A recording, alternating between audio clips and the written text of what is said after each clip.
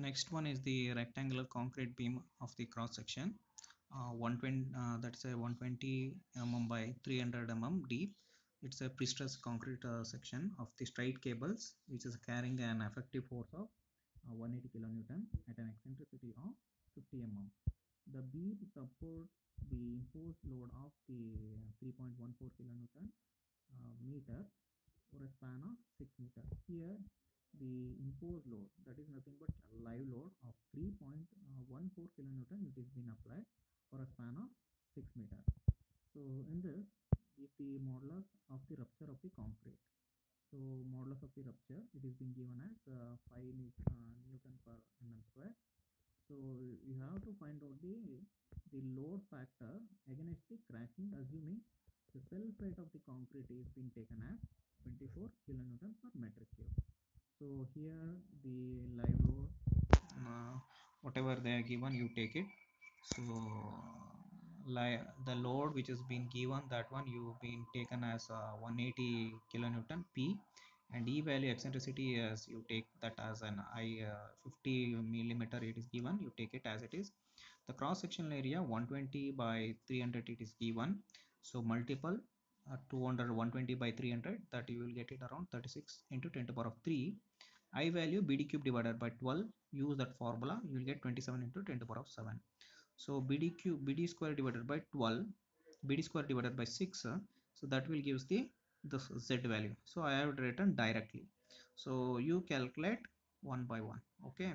So in order, so later, so after,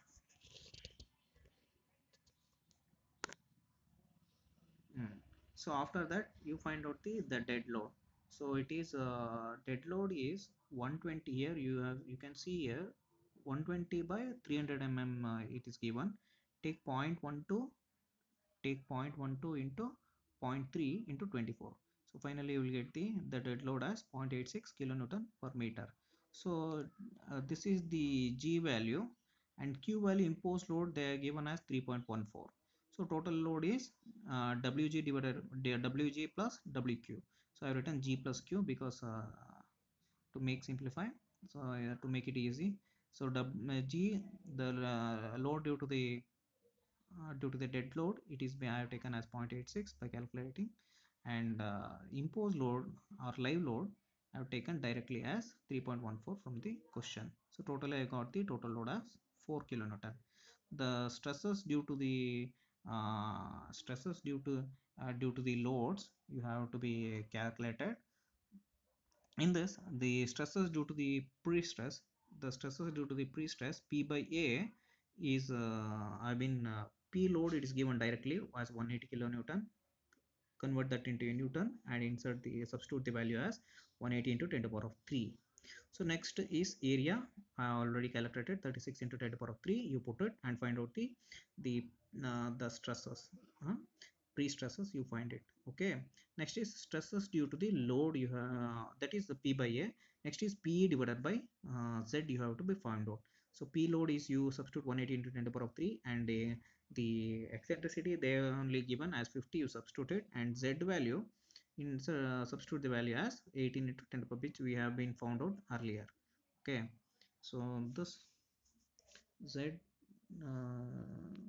Z is BD square divided by 6, you find out. Okay. I is BD cube divided by 12. So by using this formula you find it. Okay. After finding this PE divided by Z, the stresses what you got is around the 5 Newton per mm square. So this one and this one both you got the 5 Newton per mm square. Next you find out stress due to the load. Stress due to the load, you in that maximum working moment you have to be found out. Maximum working load is equal to WL square, L square divided by 8, you find it. So that WL square divided by 8, 1 by 8 is 0.125. So W is the total load which you have been determined. Okay, W, and the length of the section is given as 6 meter. You take that one as 6. So find out the maximum. So find out the after calculating, you got the around 18 kilonewton per meter as the maximum working load. So after finding the maximum working load, then you find out m by z value. You already determined p by a, p divided by z. Next you have to find out m by z. So that is the stresses due to the pre-stress. So m by z is the m, you already found out the moment, maximum working moment you have been determined.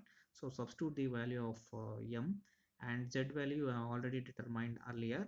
Substitute both the values and find out the stresses as the 10 after substituting these two values, you will get the answer as 20 Newton per mm square.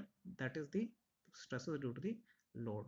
So next you find out the stress at the stress at the working load and the stress at the cracking at the bottom of the fibers. You find out for the both the cases. Next is the stresses at the bottom of the fibers at the working load condition. So this 5 is the P by A, which you have determined.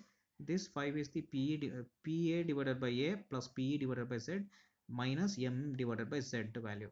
So that is the formula which I used, stress at the bottom fibers. So I have substituted plus 5 and minus 10. So finally I got around the stresses at the bottom of the working load as 10. So next is the stress corresponding to the at the cracking of the bottom fibers. So that one you take it direct, that one is 5 Newton per mm square. So directly you can take that value. Okay. Next is the extra moment which is required to which is created this stresses. So that is the stresses corresponding to the cracking at the bottom of the fibers, it has been taken as this 5 Newton per mm square. So that is nothing but the question they asked, it is the modulus of the rupture of the concrete is been taken as 5 Newton per mm square. So that one you take that as the stresses corresponding to the cracking at the bottom of the beam of the fibers. That one you have taken as 5 Newton per mm square. You next you have to find out the extra moment which is required to create this stresses for the modulus of the rupture. So what you do is you take this stress, and that you multiple with with the section modulus. So section modulus is it is the strength of the materials. So that's why F into Z you have to multiple to find out the extra moment. M is equal to, we know that M is equal to the F into Z. So by using that equation, find you multiple, this is the stress F, and 18 into 10 to the power 5, which you have been determined the section modulus, this one. Okay, 18 into 10 to the power 5, use that and find out the value of the extra moment, that is 9 into 10 to the power 9 kilonewton meter. So the after finding this, then the cracking moment will be the cracking moment will be the extra moment, and the moment which is which you already determined the maximum working. Here maximum working moment you have been determined here, that is 18. This is the extra moment. So maximum working moment and the extra moment you have been you have to add it together, and that will be the moment which is responsible for the cracking. So that will be total. Finally the cracking moment will be the one is the maximum working moment, that is 18, and 9 is the extra moment. So finally you will get the cracking moment as 27 kilonewton meter. So load factor against the cracking is equal to the cracking moment divided by working moment.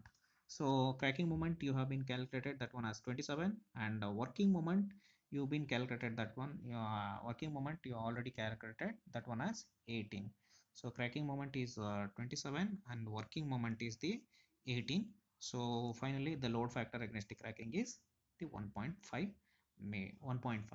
So this is a only here you have to be very careful is the stress corresponding to the cracking, they are given the question, they are given as the modulus of the rupture. In that modulus of rupture is nothing but the stresses for the cracking at the bottom of the fibers, that is 5 kilonewton you have to take. Only in the extra moment this you have to multiple with the that is nothing but F into Z you have to take it and find out the extra moment for the which create the stresses.